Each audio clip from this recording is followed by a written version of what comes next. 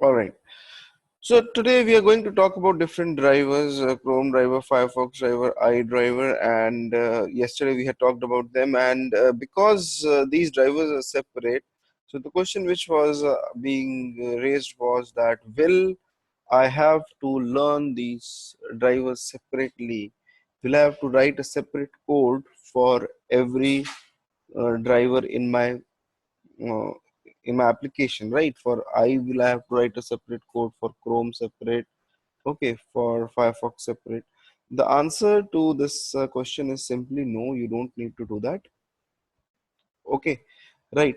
What you need to do is you need to understand the concept of interfaces. That's what we are going to cover in day 3.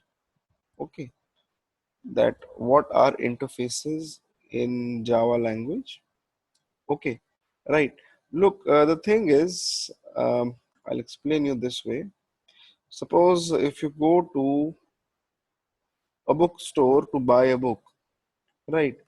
The cover of that book gives you a fair idea that what the book is about, right? So that cover of the book is like an interface to you, all right? That interface gives you an idea about the book, but you really don't know how the book is actually going to be, right? So an interface is something which gives you a fair idea of what a system does. All right, fine. So similarly, in Java also we have interfaces. Okay, like I can right click on the source folder and I can create a new interface. Instead of the class, I will be creating the interface. Okay, and I can name the interface. Suppose I call my interface as a very simple one, phone. Okay, so I've created this phone interface. All right, an interface is something which gives a very fair idea about the system. So in the phone interface, I'm going to create the functions like this: public void call, public void um, recharge. So call and recharge, these are two functions in the phone interface, but I have not given the bodies to those functions. These functions are incomplete. So in an interface, you just give the name of the functions. That's it. You don't need to give the body and all. Just give the name of the functions. Okay, right? You don't have to give the body to the functions. Right. Now, I'll create a new class known as, say, iPhone. So the class iPhone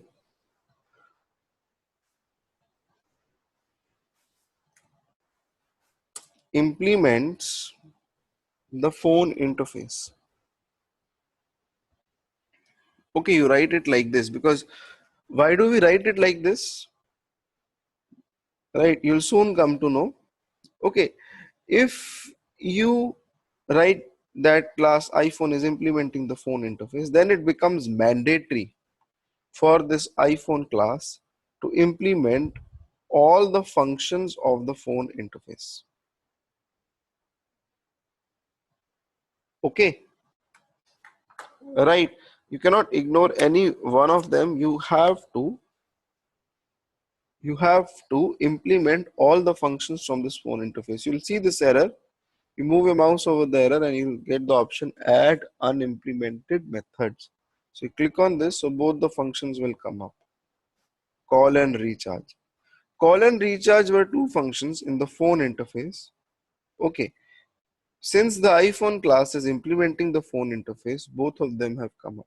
Even if I remove one of them, I'll start getting an error. So if a class is implementing an interface, it is mandatory for it to implement all the functions of the interface. Right, inside this function I can write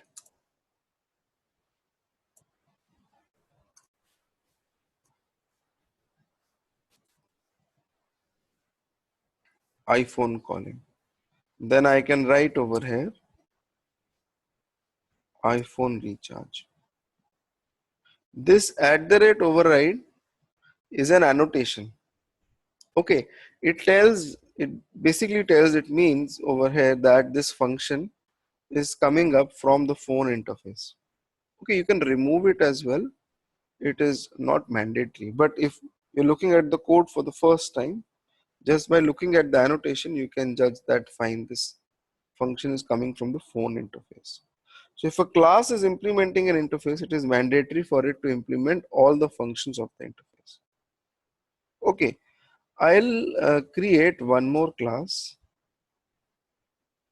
known as, say, uh, BlackBerry. Right. So BlackBerry also implements the car interface. So not the car, sorry, for the phone interface. So since this is implementing the phone interface, it becomes mandatory for it to implement all the functions. So you'll select the option add unimplemented methods. Okay, so both the functions will come up and you can implement it as per the BlackBerry way. Okay, right, it's pretty simple, not a very difficult thing. You make an interface and you make classes which could implement the interface. Right, but what is the use of this? What is the use? I created an interface phone. That interface was abstract. It was not complete. It was just having the method names. And I made two classes which could implement the interface. And if they're implementing the interface, they'll have to implement the methods as per their own criteria. Okay. So basically what I did was, in a diagrammatic way, I created one interface and there were two classes which implemented the interface. Okay. What was the use of this? Look, the use is that, suppose I never create the interface. What will happen? You will have to create individual classes, right? Each class you can give method names, anything, right? In this scenario, even if new phone classes they come up and they implement the interface, the new classes will also have the same function names as the interface. Okay, so it gives a kind of structure to the application, that the function names across different phone classes will be the same.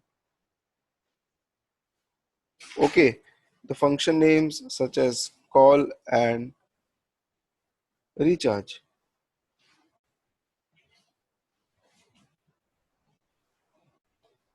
Okay,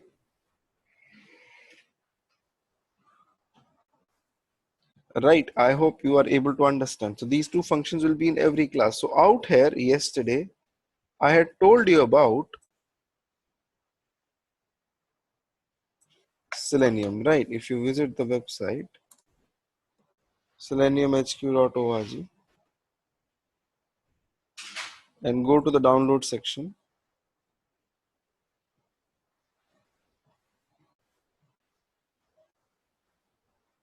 you will see the Java doc option which I had told you, right? Over here, whatever is in italics is an interface. For example, this is mouse. Mouse is an interface. It is an interface representing the basic mouse operations which you do. Okay. And these are the two classes which implement the mouse interface: event firing mouse, remote mouse. All right, so whatever is in italics, right, these are interfaces. So in the mouse, these are the functions relating to mouse, right? Similarly, everybody has heard about the word WebDriver. If you scroll down, you will see WebDriver over here. It's in italics. Okay, WebDriver is nothing but an interface. There is an interface known as WebDriver in Selenium architecture, in the Selenium API, right? There is an interface known as WebDriver. And all the implementing classes are Chrome driver, Edge driver, Firefox driver. So all the driver classes which I talked about yesterday, they implement the WebDriver interface. So all the driver classes would have the same set of functions which are there in the WebDriver interface. For example, if you scroll down, you will see functions. A function like close, which will close the browser. A function like find element, which will go and find something on the web page. Okay, get title, which will get you the title of the page. Okay, so there are a lot of functions in the WebDriver interface, and all these functions, they are implemented by all these driver classes. Each of the driver classes implements it in its own way. But we know just by looking at the WebDriver interface that what all functions will be there inside these implementing classes. So you don't have to worry. Like yesterday, I made the code, I created the object of Chrome driver or Firefox driver or iDriver. The functions will remain same. That's why the get function, remember get function was there in Chrome driver and get function was there in Firefox driver. So both of the function name is same across both the drivers because the function is coming from the WebDriver interface. Both the classes are implementing the interface WebDriver. If you have any questions, you can let me know. Right. So the function names out here,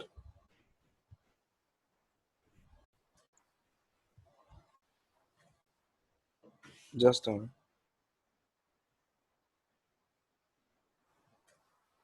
So the function names in Chrome driver would be same as the function names in Firefox driver as well, because they are implementing the same interface.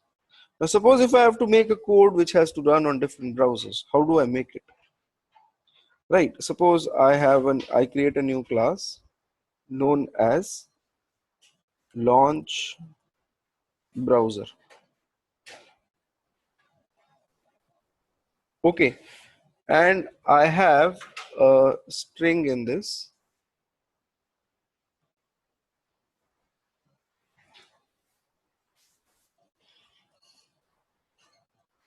Browser name is Mozilla, say.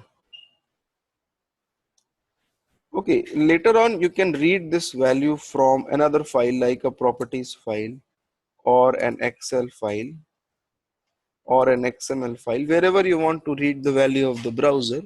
Okay, you take it in the variable. Right now I'm just putting it over here. And whatever is the value of the browser, you want the code to open that browser only. If I make it Chrome, so whatever code I am going to write after this line, okay, that code should work on Chrome. So how can I do it? Can anybody tell me? How can I do this?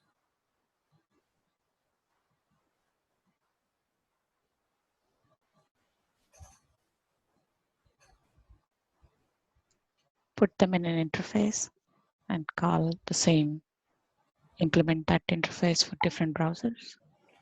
Okay, you can, that is fine, but like a general common sense says that you can put if statement.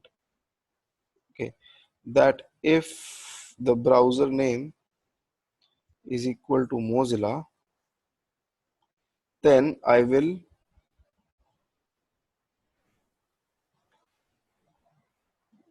write the code something like this.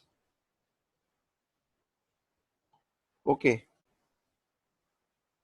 all right. Make sure that you have included the Selenium libraries. Okay, make sure that you include the jar files of Selenium in your project.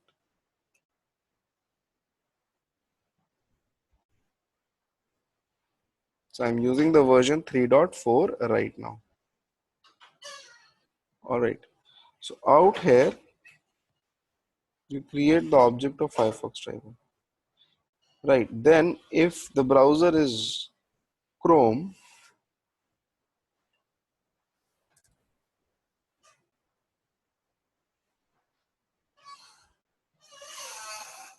right, you create the object of, hold on,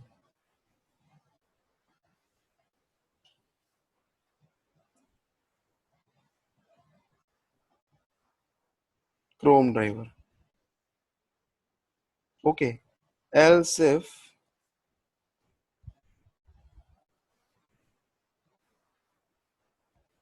the browser is IE, then in that case, you can create the object of iDriver. Okay. And you can take that object to same website, http yahoo.com.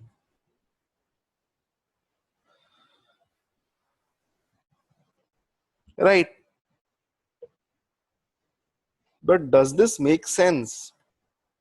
If I have to print the title, then over here I'll write system.out.println Firefox dot get title is the command.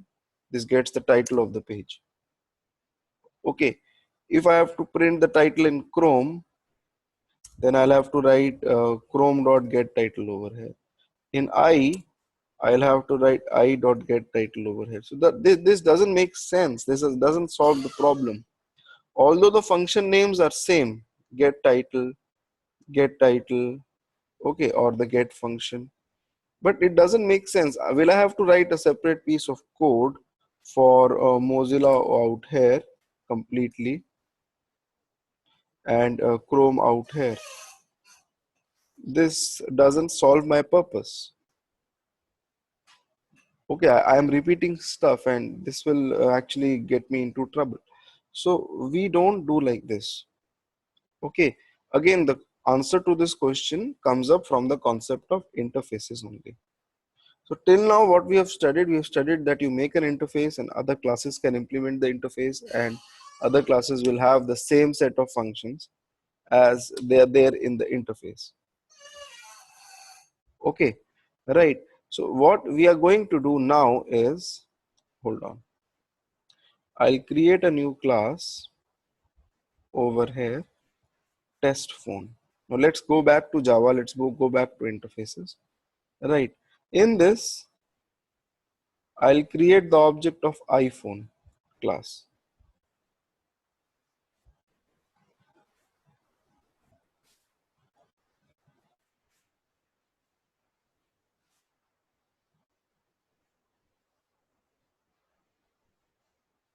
Right.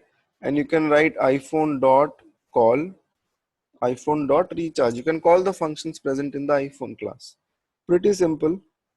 You run it and it prints. You can create the object of BlackBerry as well. And you can write BlackBerry dot call, BlackBerry dot recharge. Fine. Pretty simple. The function names are same in both the classes. Now you cannot create the object of phone interface. Creating object of an interface is not possible because interface is something which is actually, it's not complete, it's abstract. Okay, so it doesn't make any sense to create the object for an interface, but you can do create a reference. I can create the reference but not the object. Okay, right. Now till now things were simple. Okay, simple interface, two classes implementing the interface, right? Okay, so hold on, there's a question being asked. Yeah, Mitesh, I'm coming over to that. Okay. So now I'm going to create the object in a little different way. Okay, till now we were creating the object of the class like class name equals to new class name. Out here I'll create the object like this. Phone P equals to new iPhone.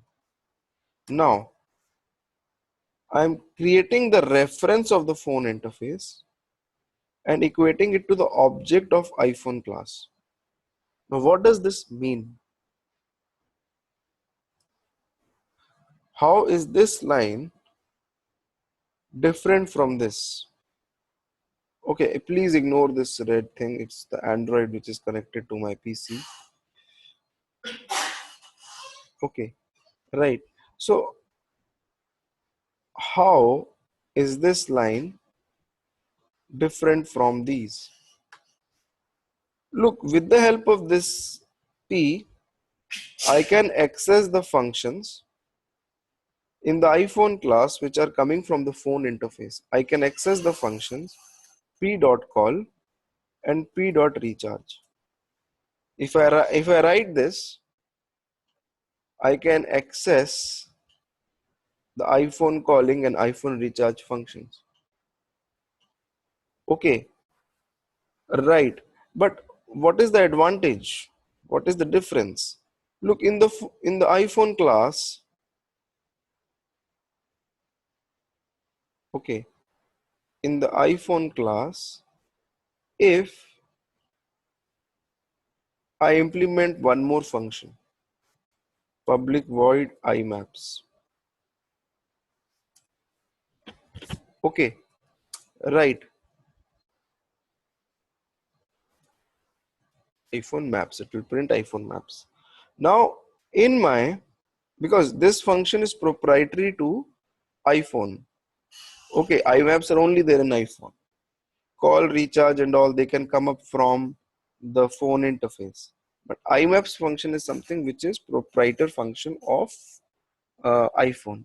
So in the test phone class, when I create the object of iPhone, I can access the function iMaps. But if I am creating the object like this, that is the interface reference equals to the class implementing the interface, the object of the class implementing the interface, then I can only access the functions in interface implemented in class. I cannot write over here p dot imaps. It will not allow, it will throw me an error. Only those functions which are coming from the interface into the class can be accessed. Okay, right. But what is the advantage of this? Why do I create the object like this, although when I am having limited access to the functions, right? The reason for that is, I'll tell you, in some time it will get clear to you. Now I can also create the object like this, say phone p1 equals to new BlackBerry. When you create the object like this, with p1 you can access the functions dot call p1 dot recharge. Okay, I'll just put a demarcating line out here, right? So when you run this, it will print BlackBerry calling and BlackBerry recharge. Now the advantage is that based on my criteria, my selection, maybe I can point P1. What is P1? Where it is pointing? P1 is, hold on.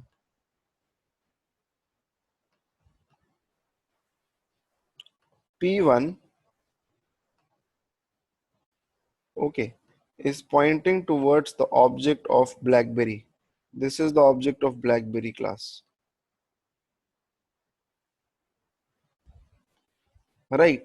Now I can, on the next line, make P1 point towards, is the reference of the interface only, right? On the object of the class iPhone. So now P1 is removed from here and it starts pointing towards, oh sorry, another object of the iPhone class. Okay, right. So out here I can, if I again call the function, same p1 dot call and p1 dot recharge. The command is same, but over here it will call the functions in BlackBerry, and over here it will call the functions in iPhone. Okay, right. So when you run this code,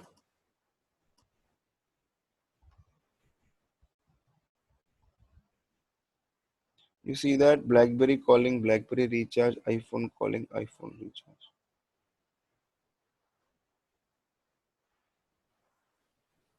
Right?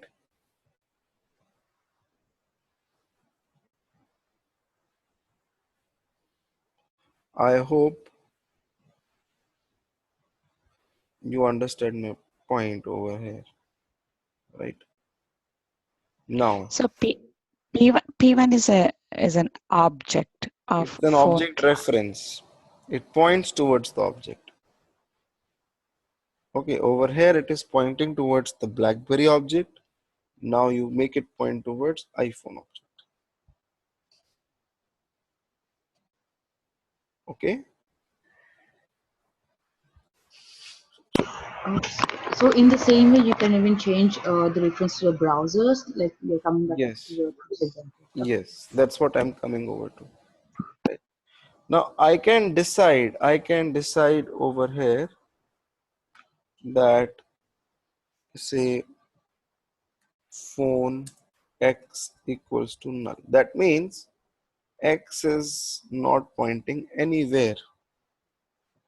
Based on my selection, I can make x point towards the object of iPhone, or I can make x point towards the object of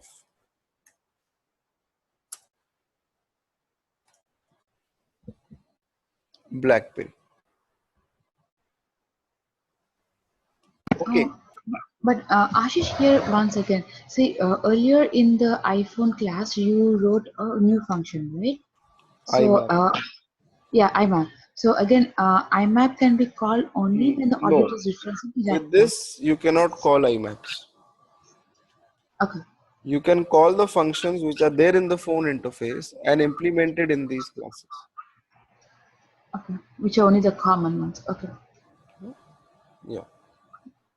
So if you want to call the functions that are native to that class, you have to create specifically object for that class and then call this like any other Yes. normal function.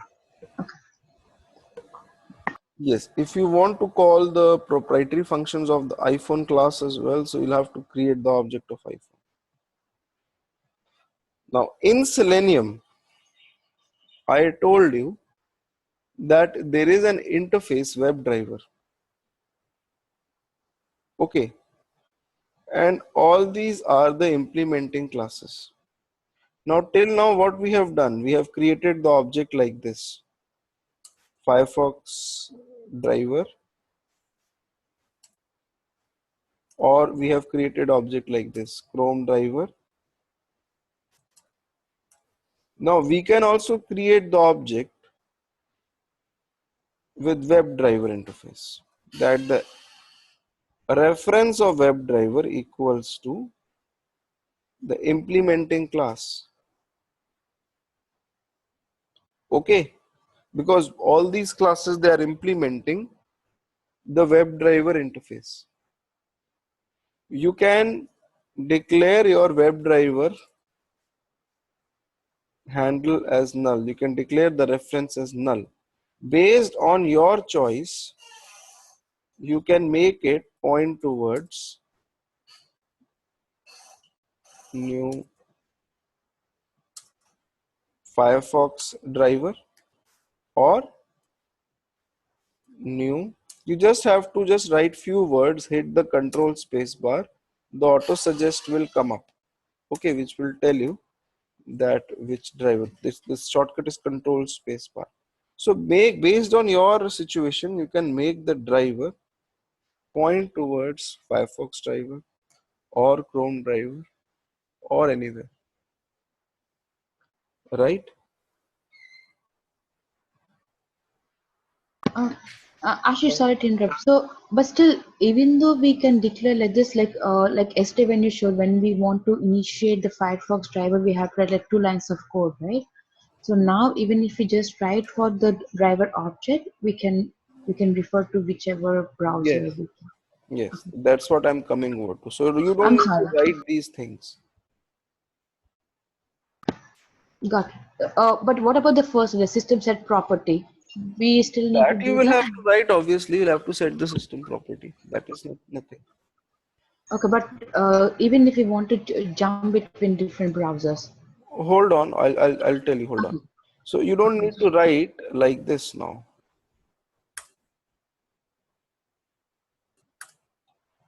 Okay. All you need to do is, hold on, I'll first delete it.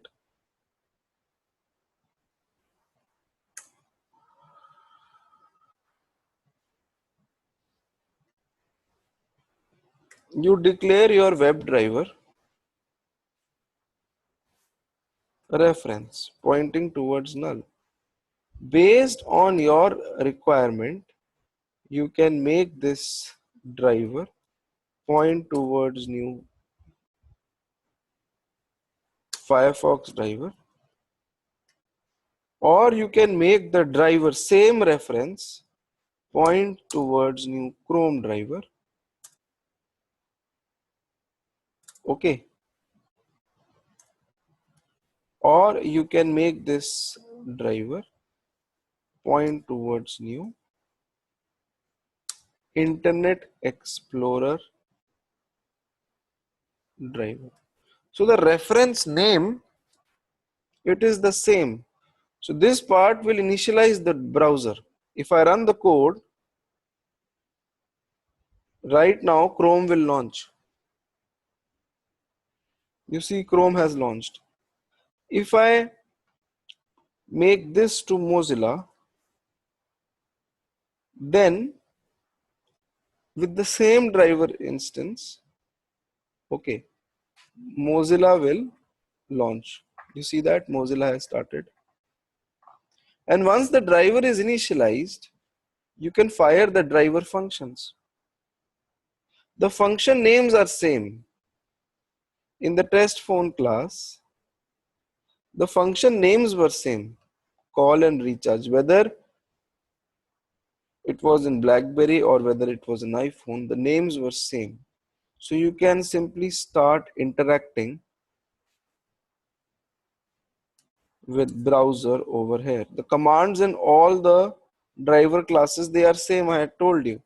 You can write a driver.get to http yahoo.com, okay, or driver dot get title, okay, and you can print the title. So the commands, the driver commands will remain same because all the drivers, they are implementing the WebDriver interface. All of them have the same set of functions, and there are hardly any proprietary functions or something. Okay, so we work only like this in Selenium. So you can launch the browser in a very dynamic way and then fire the commands on it with the same driver handle, right? So when you run this, it will open Mozilla.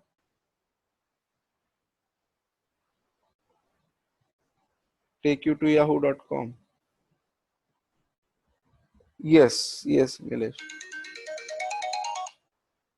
Yes,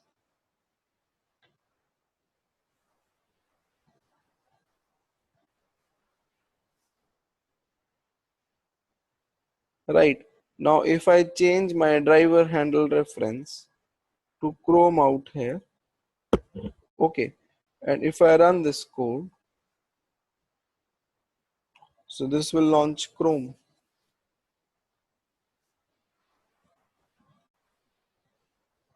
right? Take Chrome to Yahoo.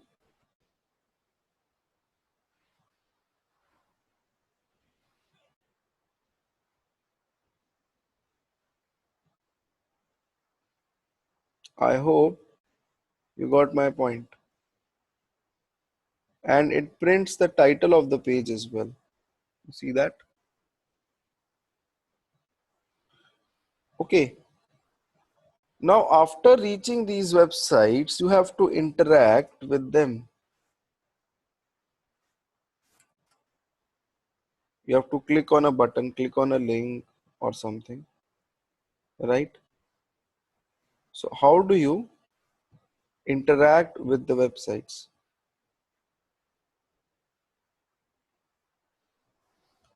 We don't have to, like, obviously, if you have to, Krishna, if you have to invoke a different browser, you will have to invoke the object of different driver.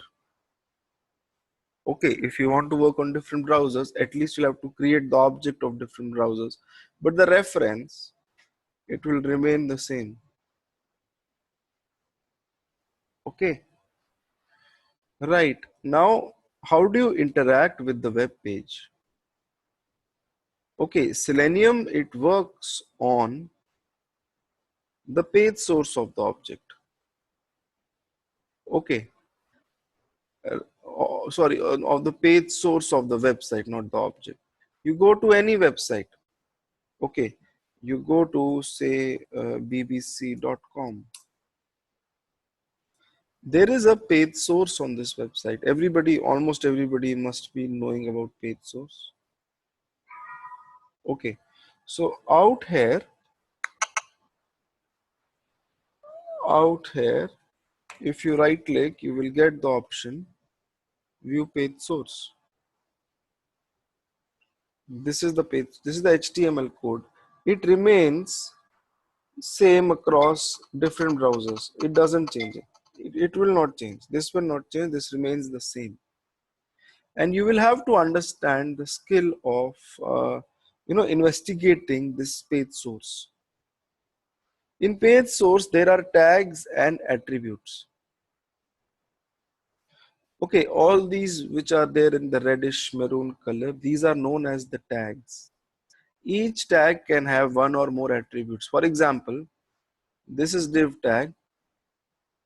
It has the class attribute over here.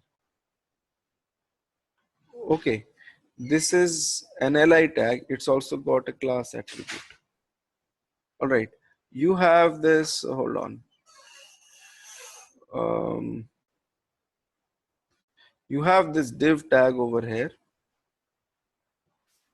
Okay, this div tag has got the attribute class and it's also got the attribute data source. So one tag can have multiple attributes. And with the combination of these tags and attributes, we go and identify the objects on the web page. Okay, right,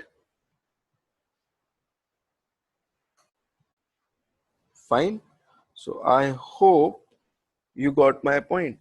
Now, how do you investigate these tags, attributes? I would request you to just have a look at any 5 minutes HTML tutorial on the website. That will actually help you out. Okay, right. Now in Selenium, we call everything as a web element. Okay, right.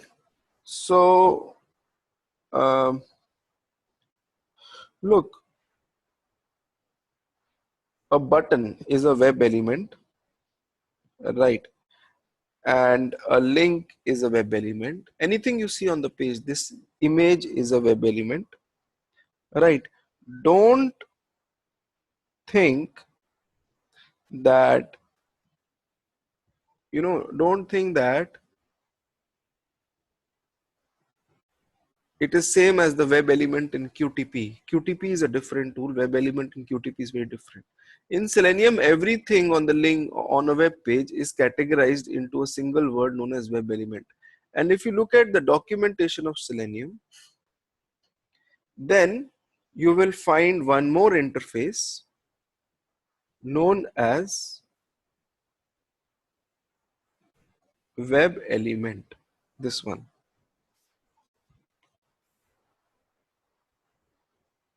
Okay. If I go to this web element, it is the interface web element. It represents an HTML element. Okay. And it's got the basic functions which are to be fired on any element. For example, click. Okay. Or get the location of the element. Right. Get the text from the element. Is displayed, whether the element is displayed or not. Send key. Send keys is used to simulate typing into the web element. Okay. So we will study all these things, right? I'll stop here for today, okay, because I don't want to continue. I'll need a continuous stretch. If I continue, I need another 45-50 minutes, right? So I'll stop here. Okay, I'll send you the recording. Fine.